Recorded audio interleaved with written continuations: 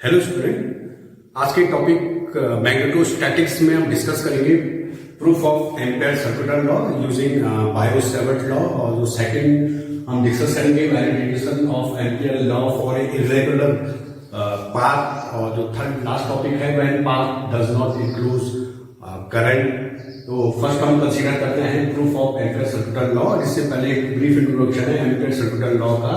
The closed loop integration of a magnetic field. Suppose I कोई current carrying wire है, उससे r distance पर कोई पॉइंट P पर एक magnetic field intensity this is B है। तो इस मैग्नेटिक फील्ड का इस एम्पीरियन लूप जो हाइपोथेटिकल है मैथमेटिकल लूप जिससे हमने इस करंट वायर को इंक्लूड किया है उसके अलाउंग क्लोज लूप इंटीग्रेशन के this is equal to directly जो है हमें वैल्यू देता है Q naught mu naught into I enclosed का। और ये बेसिकली जो एम्पियर सर्कुलर लॉ है इसको हम कुछ लिमिटेशंस के साथ ही इसकी वैलिडिटी या सिग्निफिकेंट है। That is the close loop that is ampere loop this is valid only for close loop. Symmetrical ampere loop जो एम्पियर लूप होना चाहिए सिमेट्रिकल होना चाहिए। दैट मीन्स जो मैग्नेटिक फील्ड का जो टोटल पार्ट है उसका हम लूप इंटीग्रेशन कर सकें। और दैट मीन्स हम कह सकते हैं बी वेक्टर और डी एल वेक्टर ये बेसिकली एक दूसरे जो एंगल है उनके बीच का एंगल है दिस इज इक्वल टू 0।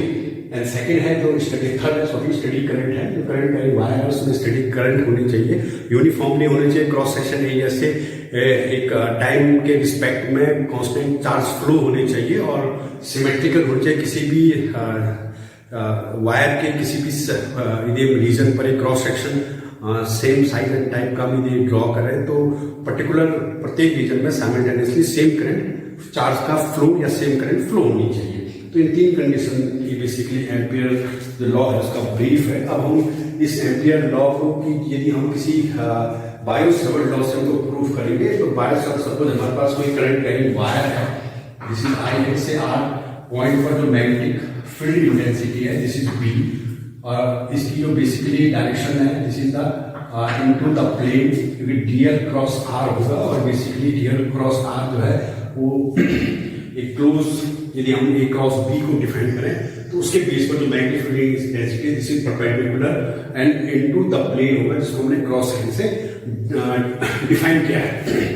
और यहाँ पर हम इसका ये कोई वेक्टर लेते हैं स्मॉल dl हमने लूप एलिमेंट लिया है this is dl element and suppose यदि सिमेट्री है तो बेसिकली इन दोनों के बीच का जो एंगल होगा वो बेसिकली 0 होगा। जो यहाँ पर थोड़ा डिफरेंट दिख रहा है क्योंकि ये जो वेक्टर है ये इसके परपेंडिकुलर है और जो हमारे पास लूप है वो हमने बेसिकली ऐसे लिया हुआ है। तो B की डायरेक्शन ये है और जो इस लूप के अराउंड जो एलिमेंट लिया है स्मॉल लेंथ एलिमेंट लिया है उसकी डायरेक्शन भी इस पॉइंट पर इनवर्ड डायरेक्शन है B की इनवर्ड डायरेक्शन दैट मींस दोनों सेम है। तो यहाँ पर हमने जो एम्पीरियन सिमेट्रिकल लूप कंसीडर किया है वो एक सर्कुलर लूप हमने कंसीडर किया है फॉर सिंप्लिसिटी के लिए। तो इस सर्कुलर लूप के लिए भी हम close loop integration of magnetic field निकालेंगे तो बेसिकली इसके इक्वल आना चाहिए mu naught into I close check करते हैं। तो दैट मीन्स सिमेट्री है तो हम इसको लिख सकते हैं B इंटू DL क्योंकि सिमेट्री के कारण जो एम्पीरियन सिमेट्री के कारण B और DL के बीच का जो एंगल है दिस इज 0 एंगल या दोनों सेम डायरेक्शन पर है and this is equal to and Biot Savart law के अकॉर्डिंग हमने किसी current carrying wire infinite long wire में के कारण P पॉइंट पर R डिस्टेंस पर P पॉइंट पर हमने मैग्नेटिक फील्ड इंटेंसिटी कैलकुलेट की थी and this field intensity is equal to B is equal to mu naught I upon 2 pi R। ये किसी infinite long wire current carrying wire के कारण R distance पर जिसमें I करंट फ्लो हो रही है मैग्नेटिक फील्ड इंटेंसिटी है। तो B की जगह पर हम बेसिकली यूज करेंगे mu naught I upon 2 pi R into DL and this is equal to mu naught constant है करंट कैरिंग वायर में I कांस्टेंट है 2 पाई एंड R भी कांस्टेंट है क्योंकि R बेसिकली किसी भी इस लूप के किसी भी पॉइंट में इस सर्कमफेरेंस है इस एम्पीरियन लूप को हमने एक सर्कुलर लूप कंसीडर किया है। तो इस सर्कुलर लूप के किसी भी पॉइंट से इस वायर की डिस्टेंस सेम होगी that means this is R यहाँ पर this is R and so on R।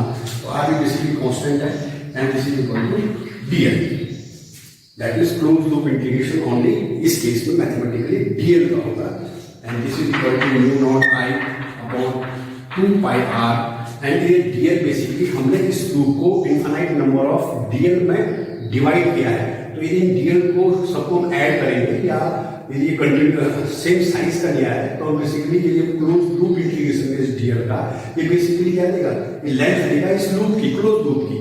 और ये सर्कुलर एम्पिरियन लूप हमने कंसीडर किया, that means the circumference of a Amperian loop, and this is equal to circumference of Amperian loop of radius r, क्योंकि हमने यहाँ पर r radius का Amperian loop draw किया है। तो then this is equal to mu naught I upon 2 pi r, और किसी भी सर्किल का जो सर्कमफ्रेंस है this is 2 pi r radius, और 2 pi r से 2 pi r cancel, then mu naught I। That means इस केस में यदि हम इलेक्ट्रिक फील्ड का इस लूप के अलाउंग हम क्लोज लूप इंटीग्रेशन करेंगे तो हमें is equal to mu naught into total current हमें मिलेगी जो इस लूप ने इनक्लोज की हुई है, and this is the ampere circuital law. ये बेसिकली एम्पियर सर्किटल लॉ है जो हमने बायो-सावर्ट लॉ की हेल्प से प्रूफ किया है। फर्स्ट पार्ट सर्किट इजी है, और यदि सपोज जनरली यहाँ पर हमने जो एम्पिरियन लूप है, सिमेट्रिकल लूप है, बेसिकली एक सर्कुलर लूप कंसीडर किया है। यदि हम एक इरेगुलर शेप का एम्पिरियन लूप, और यदि मैं एम्पिरियन लूप की बात कर रहा हूँ तो दैट मींस सिमेट्रिकल लूप होगा, बट उसका जो साइज है वो बेसिकली इरेगुलर बात है, एक पर्टिकुलर सर्कुलर लूप नहीं है। तो इरेगुलर लूप के कारण इस लूप में हम बेसिकली इसको भी हम स्मॉल सेक्शन में कन्वर्ट करेंगे, जिसको suppose DL1 and this is DL2 and this is DL3 and so on, ऐसे करते करते this is suppose DL1, हमने n number of infinite number of loop में हमने इसको डिवाइड किया है, और इनकी जो डिस्टेंस होगी इस केस में इसकी सपोज R1 है DL1 की, DL2 की R2 है, DL3 की R3 है एंड सो ऑन, और DLN की सपोज RN है, n मैंने जस्ट इसके बगल में दिखाया है, जैसे कि RN है इसकी डिस्टेंस सपोज।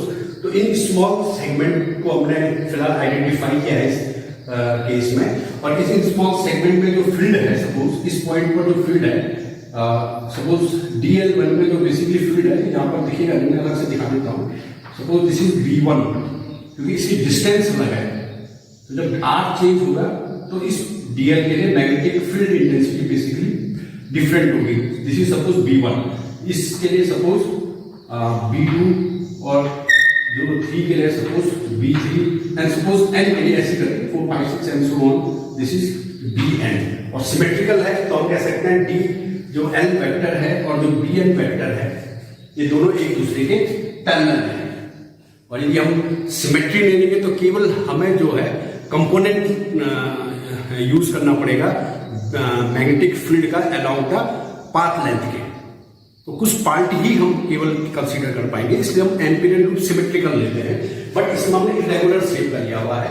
तो इस केस में एंड सपोज ये जो DL है ये इस पॉइंट पर जहां से हम कंसीडर कर रहे हैं उस पर सपोज एक स्मॉल एंगल सब्सटेंड करता है, सपोज d(θ1) जो आपको दिख रहा होगा, बहुत स्मॉल लिखना पड़ रहा है इस केस में, एंड सपोज DL2 जो है एंगल ड्रॉ कर रहा है इस पॉइंट पर d(θ2), और ये suppose d(θ3) and so on, d(θ4), d(θ5) and so on, and this is the d(θn) ये ड्रॉ कर रहा है बेसिकली। तो हम यहाँ पर कह सकते हैं कि हमारे पास एक सपोज DL1 है और इसकी जो लेंथ है R है और स्मॉल एंगल d(θ1) ड्रॉ कर रहा है, इस केस में हम कह सकते हैं DL1 is equal to R into d(θ1).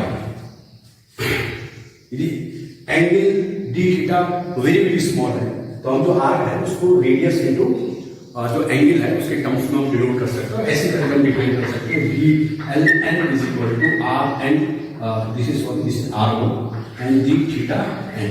Basically सब एलिमेंट जो है अलग अलग एंगल बनाए क्योंकि इरेगुलर शेप है, बट जैसे रेगुलर शेप के केस में है तो ये जो है सेम एंगल ड्रॉ करेंगे और सेम डिस्टेंस R सेम होगी इस केस में। तो ये हमने कुछ इसमें पैरामीटर सेट किए हैं। अब हम क्या करेंगे, किसी एक इस मैग्नेटिक फील्ड का हम इस पूरे इरेगुलर शेप के along close loop integration calculate करेंगे, and this is equal to, क्योंकि सिमेट्री है तो हम लिख सकते हैं B.dl। ऑलरेडी मैं बार बार डिस्कस कर रहा हूँ कि एम्पिरियन लूप बेसिकली सिमेट्रिकल लूप है बी डॉट डी एल, और ये जो बी है क्लोज लूप है, बट हमारा बी प्रत्येक एलिमेंट्स के लिए डिफरेंट है। तो इसलिए हम क्या करेंगे, तो पार्ट टू पार्ट करेंगे। सपोज B1 DL1 के लिए हम इंटीग्रेट करेंगे B1 को DL1 के लिए प्लस B2 को DL2 के लिए एंड सो ऑन Bn को DLn के लिए पार्ट टू पार्ट करेंगे। इसके लिए इंटीग्रेशन में सबको ऐड करेंगे तो हमें क्लोज लूप इंटीग्रेशन मिल जाएगा। बी का मतलब बी का circulation to around the loop हमें मिल जाएगा and this is equal to, this is suppose B1 है एंड सॉरी अच्छा सॉरी ये बी का है, this is B1 DL1 B2 DL2 ठीक है। अब हम यहां से स्टार्ट करते हैं। तो B1 कितना होगा, सेम केस जो केस में B1 होगा, this B1 is equal to mu not I, ठीक है, आई करंट दोनों सेम है 2 pi and this is R1। B2 के लिए ये सब सेम आएगा R2 और Bn के लिए mu not I 2 pi into Rn।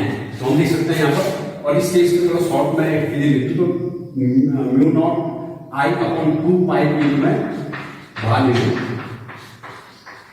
तो हमारा इंटीग्रेशन के अंदर बनेगा DL1 upon R1 plus DL2 upon R2 and so on DLn and Rn। ये बेसिकली हो जाएगा and this is equal to mu not I upon 2 pi. ये already मैंने कैलकुलेट किया है पहले से ही कि DL1 और θ1 और R1 में क्या रिलेशन, तो DL1 equal to R1 into θ1। तो इस DL1 की वैल्यू यदि मैं पुट कर दूं तो R1 से R1 कैंसिल हो जाएगा, तो मुझे यहाँ पर केवल dθ1 मिलेगा। सिमिलरली मुझे यहाँ पर dθ2 मिलेगा and so on dθ3 and so on dθn मुझे मिलेगा and this is equal to mu not I upon 2 pi. और ये बेसिकली हम क्या कर रहे हैं, θ1 यहां से हम θ1 फिर θ2 dθ2 dθ3 dθ4 and so on dθn। तो बेसिकली हम एक क्लोज लूप के अराउंड हम थीटा का इंटीग्रेशन करते हैं। ये पार्ट टू पार्ट करेंगे, उस सबको कंबाइन में देखें तो ये बेसिकली जनरली एक क्लोज लूप के अराउंड है θ1 का सॉरी dθ का integration mathematically and this is equal to mu not I upon 2 pi. और किसी भी थीटा का यदि हम क्लोज लूप के अराउंड इंटीग्रेशन करें, इस पूरे लूप के अराउंड इंटीग्रेशन करें, तो एक क्लोज लूप अपने सेंटर पर जो एंगल ड्रॉ करता है दिस इज द 2 पाई। जैसे 3 डायमेंशन में कोई सरफेस कोई क्लोज सरफेस है तो अपने इंटरनल पॉइंट पर जो टोटल 3 डायमेंशन है जिसको हम सॉलिड एंगल कहते हैं दिस इज 4 पाई। वैसे कोई सरफेस है वो अपने किसी पॉइंट पर कितना एंगल ड्रॉ करेगा, this is 2 pi, complete pi 2 pi. Theta यहां से वैल्यू होगा, ऐसे का थीटा ऐसे वैल्यू होगा और लास्ट में ये इस पॉइंट पर दिस इज पूरा राउंड 2 पाई का राउंड कंप्लीट कर रहा है। सो दैट 2 पाई से 2 पाई कैसे, this is mu not I. This is again A V also prove A ampere law, या हम कह सकते हैं वैलिडेशन किसी भी आर्बिट्री शेप के लिए, एम्पिरियन लूप के लिए, बट वो दिस इज सिमेट्रिकल होना चाहिए। तो किसी शेप के लिए भी जो एम्पिरियन लॉ है इसको हम सॉल्व कर सकते हैं। ये एम्पिरियन लॉ हम किसी भी आर्बिट्री शेप के लिए यूज कर सकते हैं, ये चीज हम इसमें प्रूफ कर चुके हैं। अब जो लास्ट थिंग है कि when the path does not include current, यदि पाथ जो है करंट को इंक्लूड नहीं किया, जैसे इलेक्ट्रोस्टैटिक्स में हम एक गॉसियन सरफेस लेते हैं तो गॉसियन सरफेस के बाहर कोई पॉइंट है तो बेसिकली इस पॉइंट चार्ज को हम कंसीडर नहीं करते हैं कितना, क्योंकि इसके द्वारा जो फ्लक्स होगा इस गॉसियन सरफेस से वो फ्लक्स बेसिकली जीरो होगा, जितना पार्ट इनवर्ड होगा उतना ही पार्ट आउटवर्ड होगा। दैट इज गॉसियन जो गॉस जो लॉ है वो बेसिकली उन्हीं चार्ज पार्टिकल्स के लिए या कलेक्शन ऑफ चार्ज पार्टिकल्स के लिए जो उस सरफेस के या इनक्लोज किए हैं। इन दिस सेम केस में हम भी क्या करेंगे कि जो एम्पियर लॉ है वो बेसिकली उन करंट वायर के लिए है जो उस एम्पियर लूप ने इनक्लोज किया है। तो इस केस में हम एक करंट वायर को हम एम्पियर लूप से बाहर कंसीडर करेंगे। सपोज हमारे पास कोई एक एम्पियर लूप है और ये कोई करंट वायर है जिसको मैं सिंपली डॉट से शो कर रहा हूं। तो डॉट से शो करने का मतलब है इसकी डायरेक्शन इस प्लेन के outward perpendicular and outward direction है और ये लूप है। बेसिकली इस लूप में कई करंट्स जो है इंक्लूड है, बट अभी हम केवल एक आउटसाइड करंट वायर को जिसमें आई करंट फ्लो हो रही है। तो इस आई करंट फ्लो होने के कारण इसमें जो हमें इसके कारण जो एम्पियर्स जो मैग्नेटिक फील्ड है, इसके कारण जो यहाँ मैग्नेटिक फील्ड है, उस फील्ड का हम इस लूप के लिए इंटीग्रेशन, क्लोज लूप इंटीग्रेशन करें। तो बेसिकली हम चेक कर रहे हैं कि हमारा रिजल्ट क्या आता है। तो बेसिकली ये लूप में दो पार्ट, दो स्मॉल सेक्शन कंसीडर करें। Suppose this is DL1 and this is the DL2 और इनके यदि हम नाम रखें this is A, B, C and D। इस केस में तो हम इसमें एम्पियर लॉ अप्लाई करेंगे, close loop integration of DL। ये जो close loop integration of magnetic field है, मैग्नेटिक फील्ड बेसिकली इसके कारण इन पॉइंट्स पर जो प्रोड्यूस हुआ है उसका लाइन इंटीग्रेशन कर रहा है इस क्लोज लूप के अंदर, जबकि क्लोज लूप इससे बाहर है या इस पॉइंट जो वायर है ये क्लोज लूप से आउटसाइड में है। लेकिन हम फिर चेक करते हैं कि क्या हमारा रिजल्ट आता है बेसिकली। तो बेसिकली हमें यहाँ पर फिर एक लोकल क्लोज लूप बनाना पड़ेगा। तो बेसिकली हम इस लोकल क्लोज लूप को इसमें बनाते हैं A to B, B to C, C to D and D to A। इसके लिए हम बेसिकली चेक करेंगे यहाँ पर मैग्नेटिक फील्ड के लिए। तो ये जिसको मैं एक सिंपल ज्योमेट्री के हिसाब से बनाऊं तो ये बेसिकली कुछ ऐसा बनता है इस टाइप से। दिस इज आई करंट है और ये पॉइंट A है, ये B है, ये C है और ये D पॉइंट्स है।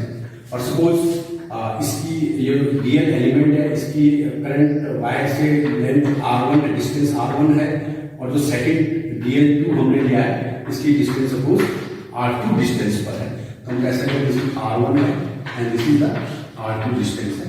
तो बेसिकली इस लूप के लिए इसके हम ऐसे डायरेक्शन में इस लूप के लिए सपोज हम लूप में इस डायरेक्शन में हम मूव कर रहे हैं, क्योंकि क्लोज लूप के लिए हमको कोई डायरेक्शन चूज करनी पड़ेगी, तो उसके लिए हम कर रहे हैं। तो ये बेसिकली जो इंटीग्रेशन बाय पार्ट होगा, पहले A to B होगा and this is BDL, so that sorry B dot DL plus second part B to C, B dot DL, third part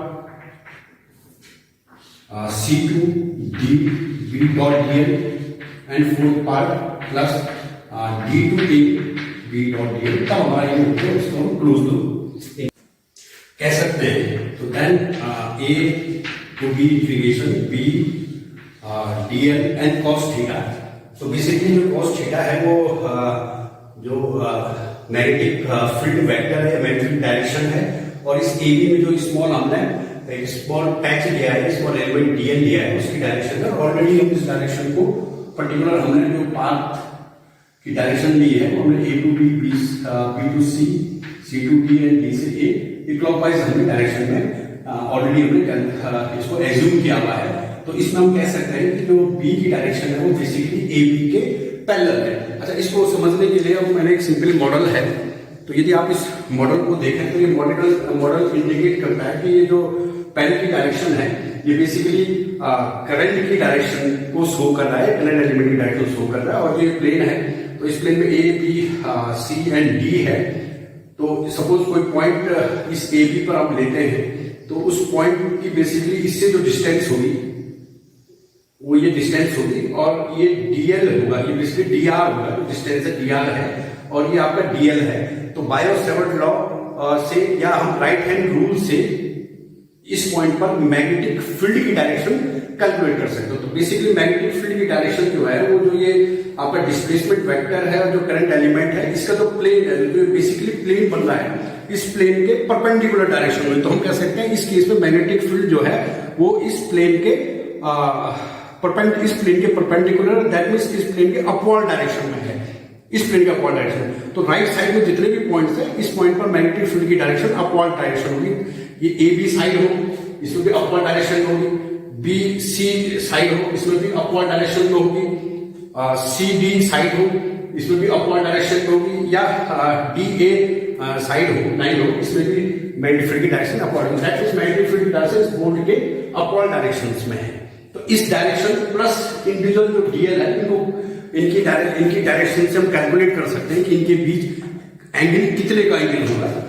तो जैसे हमने डिस्कस किया कि दिस इज B की direction, ये अपवर्ड डायरेक्शन में है। तो इस केस में दोनों सेम डायरेक्शन में है, तो दैट मींस B और DL के बीच एंगल 0 है और दिस is cos 0 is equal to 1। And जो सेकंड केस है, हम बी से सी तक मूव करेंगे, तो बी से सी तक हम स्मॉल एलिमेंट यहाँ पर यदि हम लेंथ पाथ लेंथ पे स्मॉल एलिमेंट लेंगे तो उसकी डायरेक्शन इस डायरेक्शन में है, सपोज राइट साइड में है और ये अपवर्ड डायरेक्शन में है। दैट मींस इनके बीच जो एंगल होगा दिस इज 90 एंगल।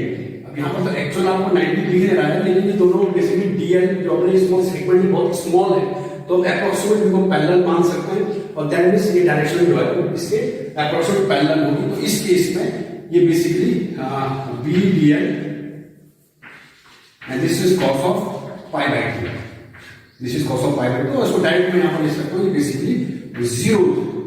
इसके कारण जो है कंट्रीब्यूशन जो है close loop integration of magnetic field में इसका कंट्रीब्यूशन बेसिकली 0 होगा। नेक्स्ट हम करते हैं सी टू डी के केस में। तो सी टू डी हम जो है ये डाउनवर्ड आ रहे हैं, जो इसमें हम स्मॉल सेगमेंट किया है ये बेसिकली डाउनवर्ड डायरेक्शन में लिया हुआ है क्योंकि हमारा मोशन की डायरेक्शन क्या है, और बी अपवर्ड डायरेक्शन में। तो हम कह सकते हैं कि इसमें जो डीएल वेक्टर है इसकी डायरेक्शन और बी की डायरेक्शन एक दूसरे के एंटी पैरेलल है। एंटी पैरेलल के केस में this is C to D and this is minus b dl, that is cos b dl cos of 180, cos of 180 this is minus and plus यदि हम d से a move करते हैं तो d से a move में भी same चीजें बनती है जब b से c में करता है। इस केस में dl और मैग्नेटिक फील्ड एक दूसरे के परपेंडिकुलर है, दैट मींस इस केस में भी d डॉट dl जो है बेसिकली 0 आएगा। इस कहने का मतलब है कि जो हमने लोकल लूप कंसीडर किया था, ये पूरा लूप कंसीडर किया था, इस लूप में केवल ये दो जो साइड है ए बी और सी डी ये कंट्रीब्यूट कर रही है close loop integration of magnetic field due to दिस करंट वायर। इस करंट वायर का तो हम कह सकते हैं this is A to B and C to D. इस पॉइंट पर जो मैग्नेटिक फील्ड होगा एक करंट कैरिंग वायर के कारण किसी पर्टिकुलर पॉइंट पर, सपोज आर पॉइंट पर इसमें जो डीएल दिया है इसकी डिस्टेंस r1 है, तो मैग्नेटिक फील्ड की जो है mu naught into I upon 2 pi r, that means r1, ये डिस्टेंस r1 है इनटू dl, इसका integration a to b minus this quantity, ये माइनस 12 है, इसमें मिलेगा c to d, this is mu naught i upon 2 pi. इस case में इसकी डिस्टेंस ये r2 है and this is dl2। Suppose इसको dl1 लेते हैं, इसको dl2 ले लेते हैं। अब हम फाइनली dl1 और dl2 की बात करते हैं। तो ये लेंथ हमने dl, इसमें स्मॉल सेगमेंट dl1 लिया है, इसमें dl2 लिया है, इनमें इसने डिफाइन मीडियम की ऑलरेडी कैंसिल आउट हो रहे थे। इस केस में हम कह सकते हैं mu upon mu into I upon 2 पाई हम कॉमन ले सकते हैं।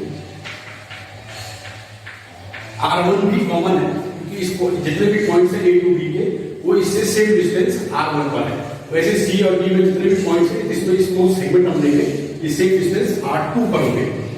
बट अभी हम कुछ कैलकुलेशन के लिए हम इसको अंदर रहने दे रहे हैं d1 माइनस, सपोज इस केस में भी हम पूरा mu upon mu into I 2 pi common ले लेते हैं। इस केस में भी dl2 अपॉन r2 ये क्वेश्चन हमको यहाँ पर मिल जाएगी।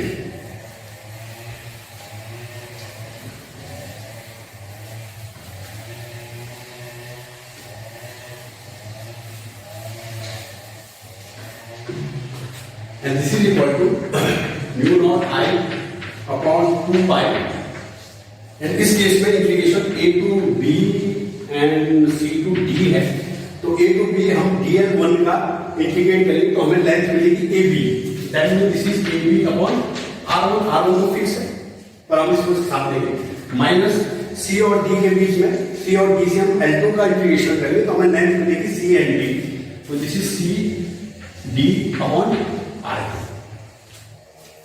ये हमारा एक रिजल्ट आया। अब हम यदि इसमें ज्योमेट्री लगाएं तो बेसिकली ये दोनों जो लाइंस ए और बी है, ए बी और सी डी है, बेसिकली एक पर्टिकुलर पॉइंट पर सेम एंगल ड्रॉ कर रही है। तो हम कह सकते हैं कि इनकी जो लेंथ का रेशियो है वो इनकी डिस्टेंस का रेशियो के बराबर होगा, दैट मींस ए बी यहां पर लिख देते हैं, that means A B upon C D is equal to A B r1 इस पॉइंट से एंड अपॉन r2 ज्योमेट्रिकली।